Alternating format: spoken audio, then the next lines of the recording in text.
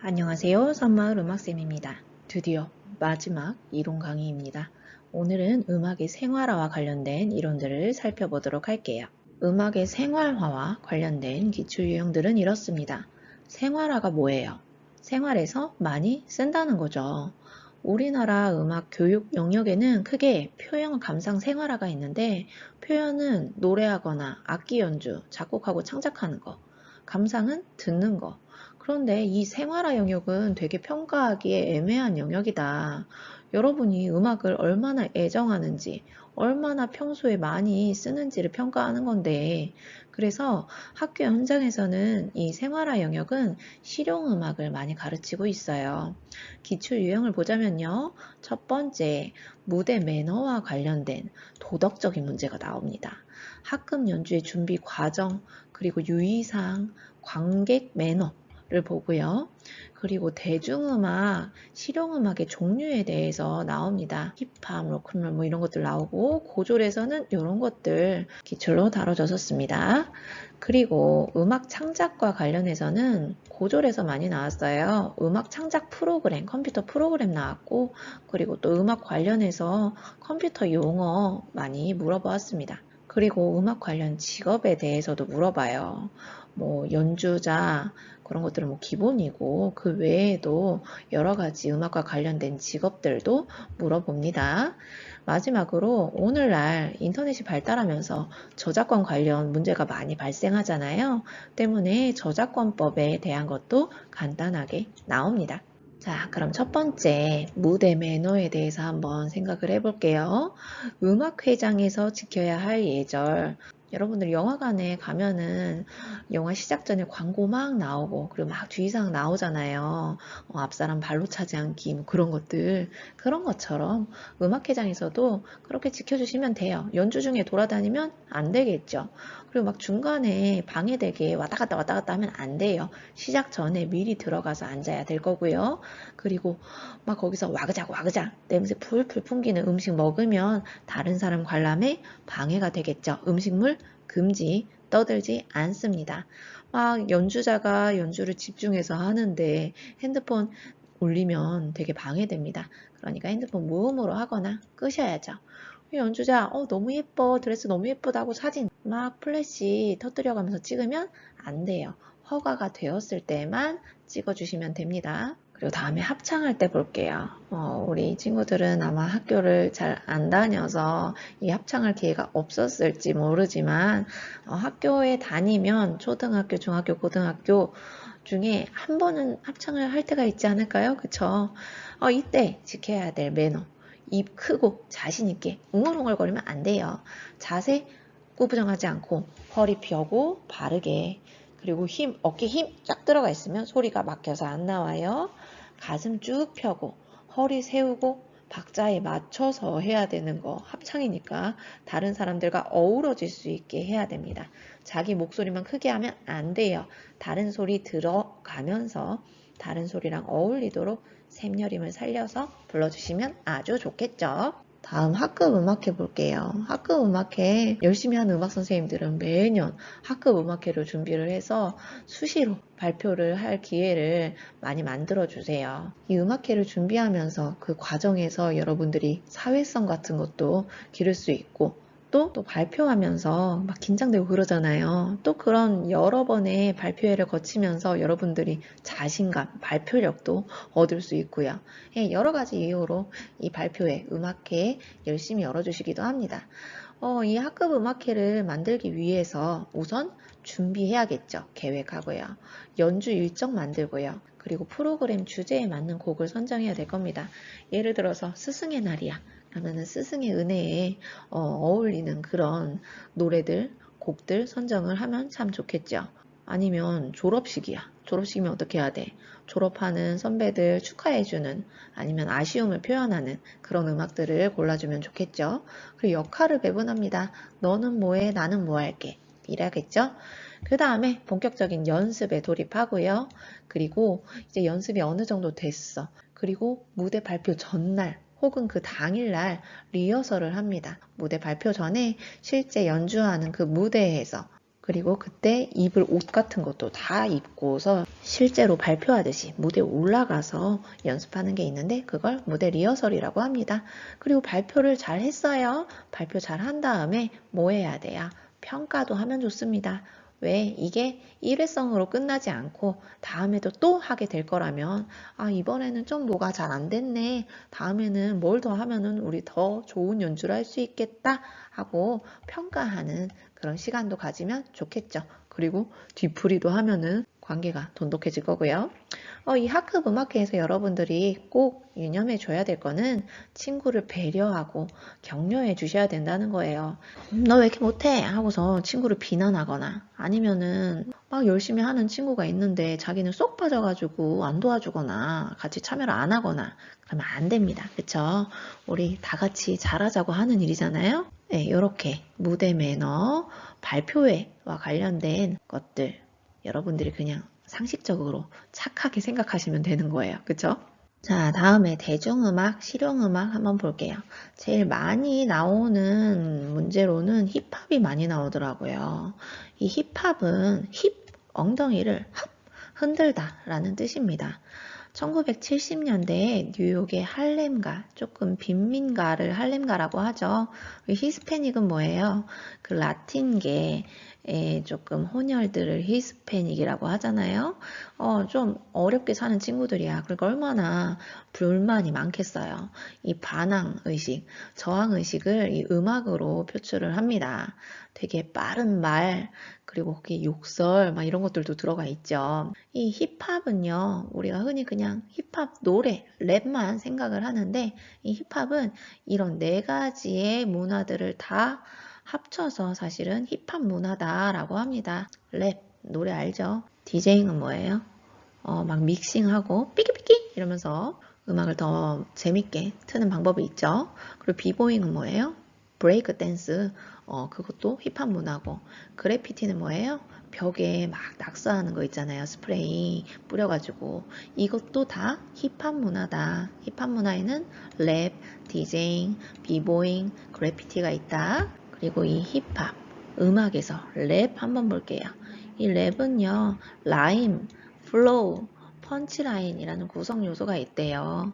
여러분들이 더 잘 알 것 같아요. 쇼미더머니 이런 거 보시면은 그들이 평가하는 그런 기준이 있잖아요. 라임이 뭐예요? 자음, 모음 이런 것들 맞춰가면서 부르는 거. 모두의 축제, 서로 편가르지 않는 것이 축제 하면서 어떻게 해요? 라임, 모음을 맞춰서 운율감을 형성하죠. 이게 힙합의 구성 요소다, 라임. 플로우는 음의 높낮이, 흐름을 말해요. 그냥 똑같은 음높이에서 막 빠르게 속사포처럼 뱉어내는 방법도 있지만은 뭔가 음의 높낮이가 있으면서 뱉어내는 방법도 있단 말이에요. 그걸 플로우라고 합니다. 그리고 펀치라인이라는 거는 펀치는 이렇게 때리다라는 거잖아요. 상대방이 한 방 먹었네? 이런 느낌을 주는 게 펀치라인이라고 해요. 이 펀치라인이라는 거는 가사에서 오는 촌철살인이라고 해야 되나? 그 한마디가 확 꽂히게 만드는 거. 그게 펀치라인입니다. 힙합은 여러분들 훨씬 더 잘 부르고 좋아하고 그래서 쉽게 풀 수 있을 것 같아요. 다음 재즈. 재즈는 19세기 말에서 20세기 초에 미국의 뉴올리언스에서 기원했다. 서양 음악의 기술과 이론을 바탕으로 흑인들 특유의 독특한 음악성이 가미되었다. 독특한 음악성이란 자유로운 리듬, 즉흥성이 되게 강조되는 음악이다. 당김음이 있고 블루노트가 있고 오음음계를 사용하고 스윙도 있고 부르고 답하기 즉흥 연주 이런 것들이 있대요. 자, 블루노트가 뭐냐?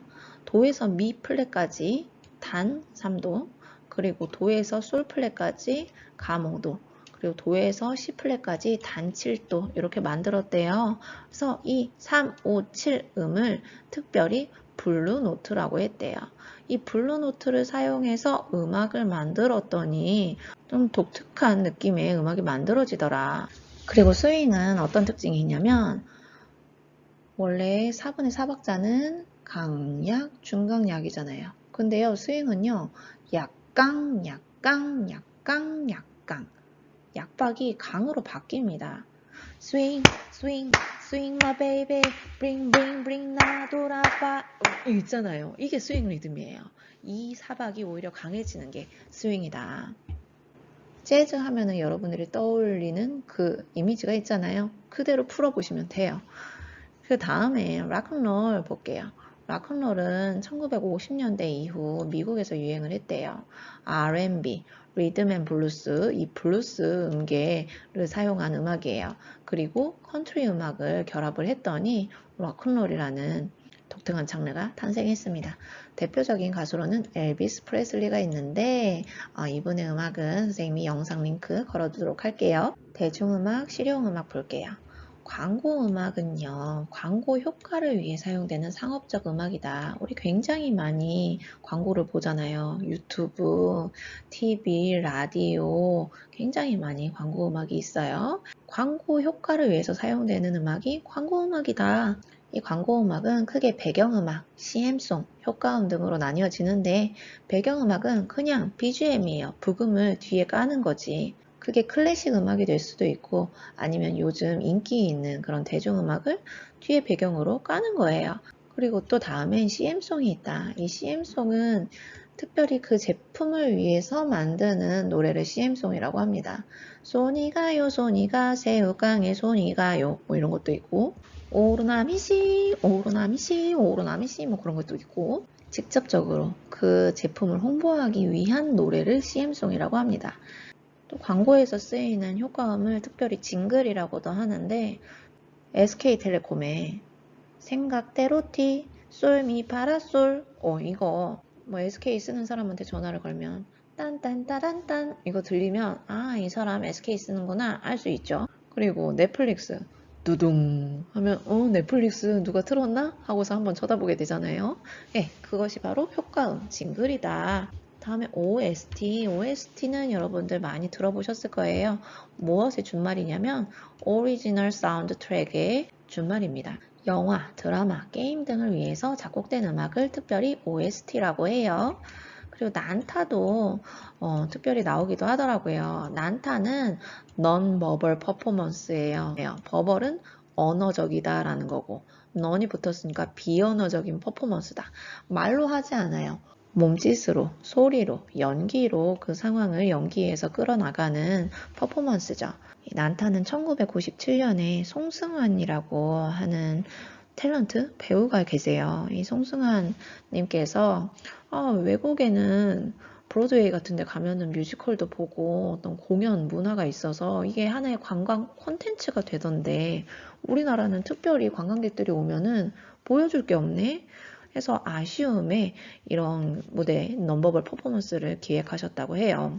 그래서 요즘도 외국인들 오면은 거의 필수적으로 이 난타 공연 한번 보고 가고요. 워낙 너무 잘 되다 보니까는 난타 전용 극장이 있어요. 충무로에. 충무로에도 있고 어디에도 하나 더 있다고 들었는데 난타 전용 극장이 있을 만큼 되게 우리나라를 대표하는 어떤 콘텐츠로 자리 잡은 것이 바로 난타다. 그리고 스트레스 해소를 위해서 남녀노소 요즘은 유치원 때도 이 난타 공연을 배우기도 하고 발표도 하고 또 실버 난타도 있어요. 실버 난타는 뭐냐면 어르신들 치매 예방 이런 걸 위해서도 많이 배우시고 연주를 하십니다. 다음 크로스오버 볼게요. 크로스오버는 이제 현대 예술의 큰 흐름이죠. 이제 나올 만한 음악은 다 나왔어. 우리 현대 음악 봤잖아요. 현대 음악 별의별 음악이 다 나왔죠. 근데 이제 나올 만한 게 이제 더 이상 없는 거야. 그러니까 이제 짬뽕을 시켜서 융합을 시켜서 또 새로운 거를 창작하려는 시도가 많이 나옵니다. 클래식과 팝을 합친다든지 서양 음악과 국악을 합친다든지 서로 다른 장르의 음악이나 예술을 융합하는 것을 의미합니다. 크로스, 서로 겹친다는 거죠. 5번은 뭔가 건너가다라는 뜻이고 서로 교차하면서 융합하는 거 그것이 크로스오버다. 창작 국악은 뭐예요? 국악사 시간에 배웠는데 서양의 틀에 우리나라 국악이 들어가 있는 거고 뉴에이지는 피아노 곡으로 여러분들 많이 접했을 거예요. 너무 클래시컬하지 않으면서 대중적인 그런 피아노 곡을 뉴에이지 곡이라고 하죠. 그리고 파페라는 뭐예요? 팝과 오페라, 팝송을 오페라 발성으로 부르는 거 그거를 파페라라고 하죠. 또 여러분들이 주의 깊게 봐주셔야 될 작곡가가 있는데 누구냐면 조지 거신이라는 분이 계십니다. 거신. 클래식과 재즈를 융합을 하셨어요. 대표적인 곡은 랩소디 인 블루라는 곡이 있습니다. 이것도 김연아 피겨 선수가 마지막 올림픽 때 아주 쨍한 코발트 블루 예쁜 옷을 입으시고 멋지게 공연을 하는 게 있거든요. 이것도 링크 걸어드리겠습니다. 다음 음악 창작과 관련된 이론들을 볼게요. 음악 창작 프로그램 먼저 살펴보겠습니다. 노테이션 프로그램, 이 노테이션이라는 건 뭐냐면 사보예요. 사보란 악보를 그리는 겁니다. 옛날에는 한 땀 한 땀 작곡가들이 악보를 종이에 그렸을 거예요. 근데 이제는 어떻게 해요? 컴퓨터로 찍어요. 그 대표적인 프로그램 이름으로는 피날레 시벨리우스가 있어요. 그리고 에디팅 프로그램이 있습니다. 에디팅은 그냥 단순하게 잘라내고 붙이고 볼륨 크게 하고 적게 하고 이렇게 편집하는 편집하는 프로그램이 있었어요. 옛날 프로그램인데 사운드 포지, 골드웨이브 이런 프로그램이 있었습니다. 그리고 믹싱은 뭐냐면 여러 성부들을 합치는 과정이 필요해요. 물론 라이브로 한꺼번에 노래랑 악기들이랑 다 같이 해가지고 짠 하고 녹음하는 방법도 있는데 이 각각의 소리들을 좀 더 잘 따서 믹싱을 하면 좀 더 좋게 들릴 때가 있거든요. 지저분하지 않고. 그래서 소리를 한 땀 한 땀 다 땁니다. 노래 따로 녹음하고 악기 따로 녹음하고 이것들을 모두 합쳐요. 믹스. 예, 그걸 바로 믹싱이라고 합니다. 그리고 시퀀싱은 뭐냐면 미디를 사용해서 음원을 만드는 기술이에요. MR을 만든다고 쳐요. MR을 만든다 하면은 옛날 같았으면은 이 피아노 연주자, 기타 연주자, 드럼 연주자 아주 좋은 연주자들을 다 데리고 와가지고 연습을 시켜가지고 녹음을 했을 거야. 근데 이제는 어때요? 모든 것들을 컴퓨터로 할 수 있는 시대가 왔어. 이 프로그램이 너무 좋아져가지고 이제는 정말 사람이 연주하는 것처럼 퀄리티가 많이 높아졌어요. 옛날에는 미디 사용한다고 하면은 아유 이거 전자음악이네, 역시 전자음악은 연주자 소리 못 따라가지 그랬는데 이제 기술이 너무 좋아져가지고 컴퓨터로 이렇게 찍잖아요. 찍으면 제법 퀄리티가 연주자들이 하는 것만큼 나온다는 거예요. 네, 이게 바로 시퀀싱입니다. 미디를 사용해서 음원을 만드는 기술이에요. 그리고 마스터링. 마스터링은요, 프로덕션의 마지막 과정이라고 합니다. 마스터하다, 끝내다 라는 뜻이잖아요. 녹음된 여러 곡들의 톤, 레벨, 곡 간격, 곡 순서 등을 조절하고 통일해서 일체감을 만드는 과정이라고 하는데 사실 이 마스터링 과정도 요즘은 자주 안 쓰죠. 왜냐면 앨범 하나 내는데 비용이 많이 들어가니까 요즘 가수들은 어떻게 해요? 싱글 앨범 냅니다. 누가 싱글 앨범 냈어? 그러면은 그 앨범에 곡 몇 개 들어가 있는 거예요? 하나, 그리고 그 하나에 인스트루먼트, 반주 음악, 딸랑 이거 들어간다니까요? 그러니까 이 마스터링 과정이 거의 필요가 없죠. 근데 진짜 정규 앨범 나온다고 쳐봐요. 그러면 1번부터 곡이 한 15곡 정도 들어가 있잖아요. 그럼 이 15곡 간의 밸런스들을 맞추는 거야. 얘는 타이틀곡이니까 몇 번째로 들어가면 좋겠네?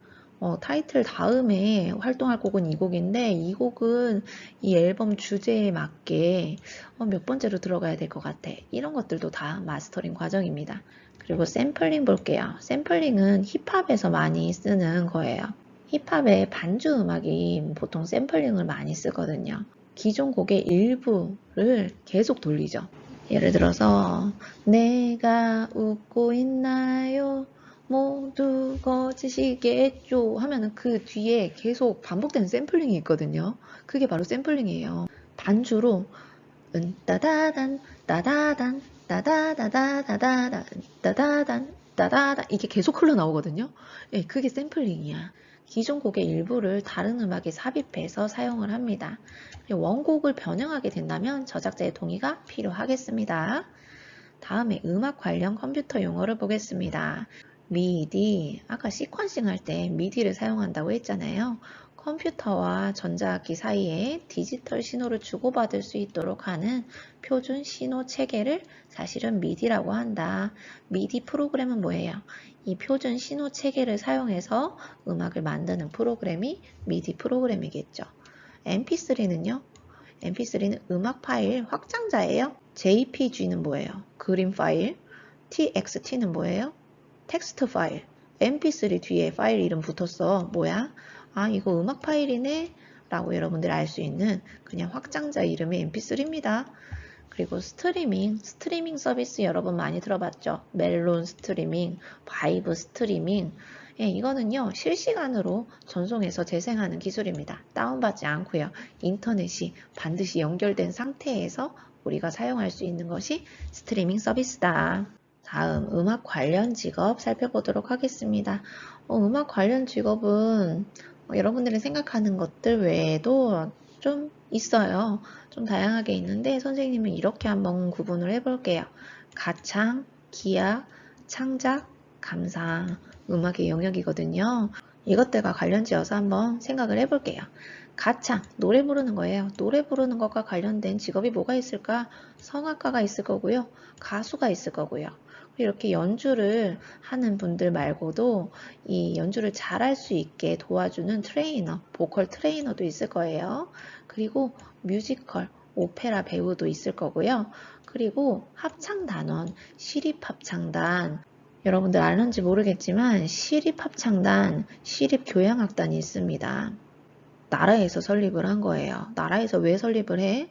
문화예술을 관람할 기회가 적은 사람들이 있어요. 좀 잘 사는 사람들이 이 문화예술의 기회를 향유를 주로 한다면 정말 너무 먹고 살기 힘들어가지고 이런 문화예술을 즐기실 여유가 없는 분들이 있단 말이에요. 그런 분들을 위해서 나라에서 이런 시립합창단, 시립교향악단을 운영을 하는 곳이 있습니다. 연주의 티켓이 되게 저렴해요. 저렴하고 또 도서벽지 이런 데에 찾아다니면서 연주도 많이 해주십니다. 이분들은 공무원이세요. 네, 연주자인데 공무원이라고요? 네, 공무원이에요. 들어가기가 되게 어렵겠죠. 막 50대 1, 100대 1의 경쟁률을 뚫고 보통 합격을 하시기 때문에 혹시 기회가 되신다면 이런 시립합창단 공연 가보시면 굉장히 좋아요. 한번 꼭 가보세요. 다음 기악 볼게요. 각각의 연주가가 될 수도 있겠죠. 뭐 바이올리니스트, 피아니스트, 첼리스트 각각의 연주가가 될 수도 있고 아까 말했던 시립교향악단 단원으로서 활동을 할 수가 있습니다. 꼭 솔리스트가 아니라도 오케스트라 단원으로서 교향악단 단원으로서도 활동을 할 수가 있어요. 그리고 레스너는 뭐예요? 레슨 해주시는 분이죠. 아까 보컬 트레이너처럼 학교에서는 뭐 방과 후 수업을 할 수도 있고요. 개인 레슨을 할 수도 있고 학원에서도 할 수도 있고 레슨 하시는 분, 레슨만 전문적으로 하시는 분들도 계세요. 그리고 또 내가 악기를 하다 보니까 귀가 내가 되게 특별히 좋네. 그러면 피아노 조율을 하시는 경우도 있어요. 근데 요즘 조율사님들도 되게 어렵지. 왜? 디지털 피아노를 많이 쓰잖아요. 그래서 특별히 조율이 필요 없는 경우가 많기 때문에 하여튼 이 조율사라는 직업도 있다. 다음 창작 영역 한번 볼게요. 창작 영역과 관련된 직업으로는 작곡가가 있겠죠. 그리고 공연을 기획하시는 분들도 있을 거고요. 또 아까 봤던 광고음악, 영화음악, OST 작곡가도 있을 겁니다. 그리고 폴리아티스트라는 것도 있어요. 폴리아티스트는 뭐냐면 영화, 드라마 이런 데에서 효과음을 특별히 만들어내는 직업이 있답니다. 그리고 또 악보, 출판사에서 일하시는 분들도 되게 많으세요. 그리고 아까 그 교향악단 있잖아요. 시립합창단. 이런 악단의 악보계로 일하시는 분들도 계십니다. 이분들도 월급을 전문적으로 받고 일하시는 분들이에요. 이 악보계가 하는 일은 뭐 단순하게는 오케스트라에서 연주되는 악보들을 복사하는 일부터 해가지고 편곡하는 일까지 굉장히 다양합니다. 저는요, 노래도 못하고 작곡도 못하고 악기도 못 다루는데 귀는 좋아요. 음악 비평가를 할 수도 있겠죠. 어떤 사람이 잘하고 못하고 근데 이거를 언어적으로 풀어내는 센스가 필요한 음악 비평가가 있을 거고요. 또 이런 비평을 주로 싣는 잡지사에서 일을 할 수도 있어요. 그리고 음향 엔지니어도 있습니다. 우리 공연장 가면은 무대 뒤편에서 사운드 밸런스 같은 거, 울림 같은 거 잡아주시는 그런 기사님들이 계시거든요. 네, 귀가 굉장히 좋으신 분들이죠. 그리고 또 음악 치료사 또 감상에 한번 넣어보았습니다. 상담은 그 내담자 힘든 사람의 이야기를 잘 들어줘야 되고요. 그리고 그 들어준 다음에 그분에게 필요한 처방을 내려줘야 돼요. 아, 이분은 악기 연주를 좀 더 하면 좋겠네? 아니면 이런 음악을 더 들으면 이분의 기분 전환에 도움이 되겠네? 아니면 이런 노래를 부르면 이 사람한테 도움이 될 것 같아 하는 거를 판단을 해주셔야 되는 게 이 음악 치료사님입니다. 우리가 그냥 연주자만 아마 생각을 하셨을 것 같은데 굉장히 다양한 직업들이 있다 생각보다. 네, 다음 저작권법 보겠습니다. 이 저작권법은 사실 제대로 배우려면은 엄청나게 오랜 시간이 필요하겠죠. 법이잖아. 우리가 법을 그거를 한 땀 한 땀 다 들여다 봐야 되는데 검정고시에 필요한 내용은 이거예요. 저작권이란 작품에 대한 창작자의 권리다. 이 창작자의 권리는 창작과 동시에 발생한다.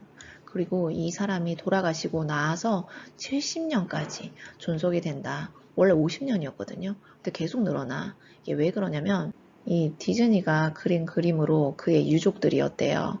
평생을 떵떵거리면서 먹고 살 수 있잖아요. 근데 4, 50년까지로 했었는데 되게 뭔가 짧은 거야. 60년이 됐다가 지금 70년까지 길어졌고요. 미키마우스 보호법이라고 불리는 저작권 유효기간 연장법, 막 미국에서 통과되기도 하고 그랬었대요. 그런데 이 연장법이 재연장되지 않으면서 1928년에 만들어진 그 미키마우스는 2024년 1월 1일에 이제 저작권이 끝났다고 해요. 그래서 우리가 자유롭게 쓸 수 있다고 하는데 단 2028년도 그 아주 오리지널, 아주 옛날 미키마우스 버전만 풀린 거예요. 조심하셔야 돼요. 네, 여기까지 우리 음악의 생활화와 관련된 그리고 검정고시 선택과목 음악과 관련된 모든 이론들을 한번 쭉 살펴보셨어요. 와, 정말 고생 많으셨고요. 기출 유형들을 한 번씩 풀어보고 그리고 최신 기출 유형도 선생님이 곧 올릴 테니까 마무리 점검하실 때 풀어보시면 좋을 것 같아요. 정말 수고 많으셨습니다.